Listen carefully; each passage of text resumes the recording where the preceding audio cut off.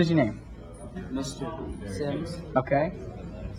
How many hours of games do I play a week? I don't know, 8 to 10, especially since Zelda came out. When I first played a video game, I had the home version of Pong called Odyssey 3000. So it was probably about 4 or 5, and then Nintendo came out in 1985 when I was about 8. It was cool. You could play a video game at home, even though the little things just went up and down. Dong, dong, dong, dong, dong, dong, Okay, did you ever have any portable systems like a Game Boy? Of course, I had the original Game Boy. In fact, I had a game called Link's Awakening on this. The first Zelda game they released for this. I do have that. And it was incredibly hard because you had to play it in the light. Oh my god, I had a Spider-Man game on this. This thing worked? Yeah. Oh my god, it works. Ah, there it is. That's the note. Oh my god. This was this was the thing back in the day. We felt very high tech when we had this. And probably Pac-Man would have been Pac-Man, Centipede, something like that would have been the first arcade game. I never really got big into handheld. Game Boy is incredible. Atari Lynx, which nobody remembers, was pretty incredible. Probably the original Game Boy. That's the first time I actually played a Final Fantasy game as well. I'll give you like 5 that are up there. Fallout 3, Zelda: Link to the Past, Ocarina of Time,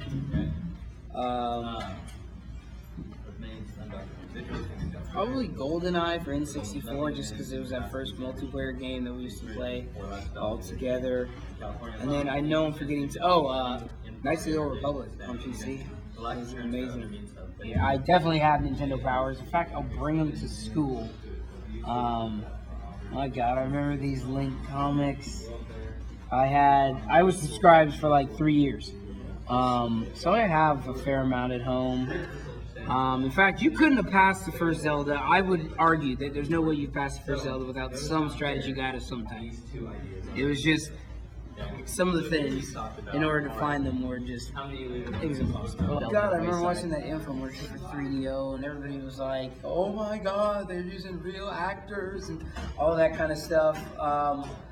3DO was cool.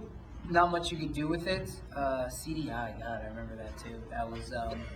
That was interesting as well. I mean, they were the first ones really using CD-ROM technology, I guess. So that was kind of cool, and using like real scenes, and that was kind of cool. But they were more gimmicky, I would say. Even if you look at Sega CD, it was more gimmicky than it was really utilizing the power of that medium. Some of my favorite memories are sitting around just playing video games.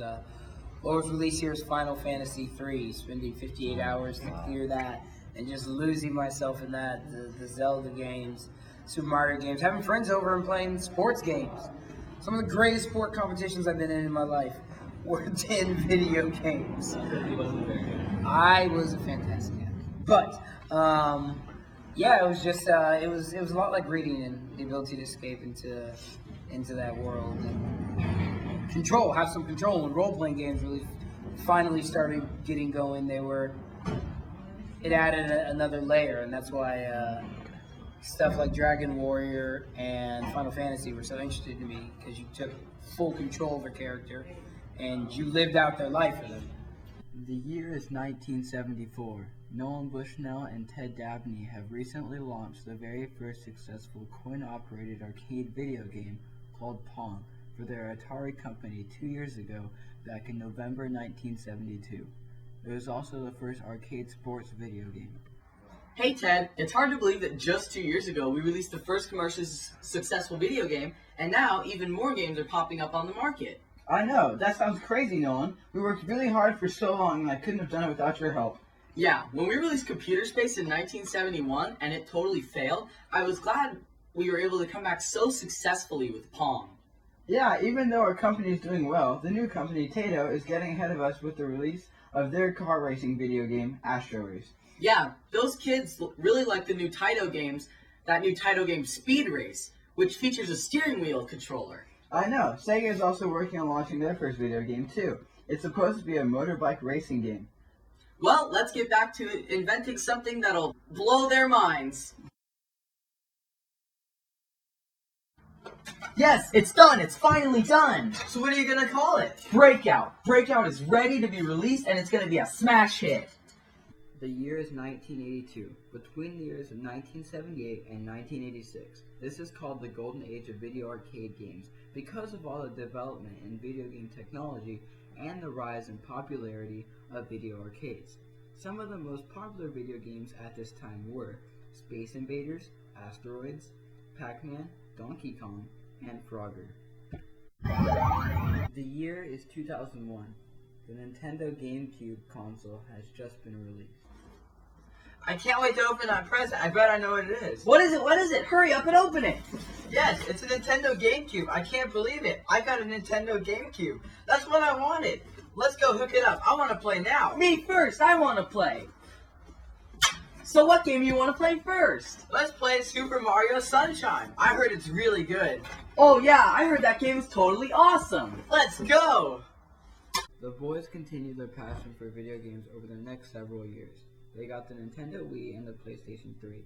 They would always buy the most popular games each year, including Mario Kart for the Wii and Madden 2010 for the PlayStation 3. The year is 2014. Microsoft released the Xbox 360 in 2005 and has just released the Xbox One. The Xbox 360 became the best-selling game console in history. Man, I want Assassin's Creed. You know what I really want? What? An Xbox One. I'm going to ask for one for Christmas. Why do you want an Xbox One? You already got a 360. Because it has all the cool games I want coming out. It has better graphics, it's way faster, and has more advanced controllers. Oh, okay. Sounds totally cool. Radical.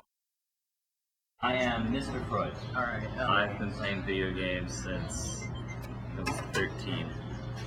Too. The very first game I ever played on console was Medal of Honor Frontline, which was really good. It had a really good soundtrack to it, too. So, yeah, so not till 13 did I start gaming seriously. It was a Dreamcast. How many people own Dreamcast too? Those things, they're pretty cool games on there, but nothing too amazing. Probably my 360, just because that's the game I have, or the console I have the most games on, right? PS4 though is surpassing that just because I like the graphics, I like the community better, and better graphics all around. Yeah. Too. So no, I have this one, and then I have the colors and the advanced, and then I have the small little square one that flips open. Yeah, that one. True, I got that one, and I played Pokemon Pearl on it like 4 or 5 years ago. Well, first we have to go off the premise of what makes a great game. Yeah. And what makes a great game is you can pick it up and play it immediately, right? So it takes 5 seconds to learn, but it's a game that takes a lifetime to master, right? So something that takes a lot of skill to play. 3, you need good storytelling as well, because right now you're experiencing the world through all of your senses. Yeah. Okay? You have 7 and some people argue 9 senses, right? Or 5 senses, some people argue 9 senses, right? So, the closer video games can get to replicating all of those senses, the better, right? So things like VR or, more dynamic narrative or characters you actually get invested in, right? Yeah. Those occupy more of your senses as opposed to like, flat characters, right? Yeah. Also, it's like a game that's, immersive, So anyways, because of that, I'd say that my favorite games are Splinter Cell, right? Half-Life, Civilization, BioShock. I like the Halo franchise just because that was like the game that everyone played. Medal of Honor, whenever they rebooted it, not the last one, they put out the one before that. 2. What else? Mass Effect. Not the new Mass Effect. The new Mass Effect sucks. 4 sucks. If you think 4 is good, so Fallout 4? Fallout 4 is my... Actually, no, Fallout New Vegas was the best one. Okay. Fallout 4 was a good game, but it was not a good Fallout. Skyrim 2, the Elder Scrolls series, Oblivion 2, Portal, excellent puzzle game.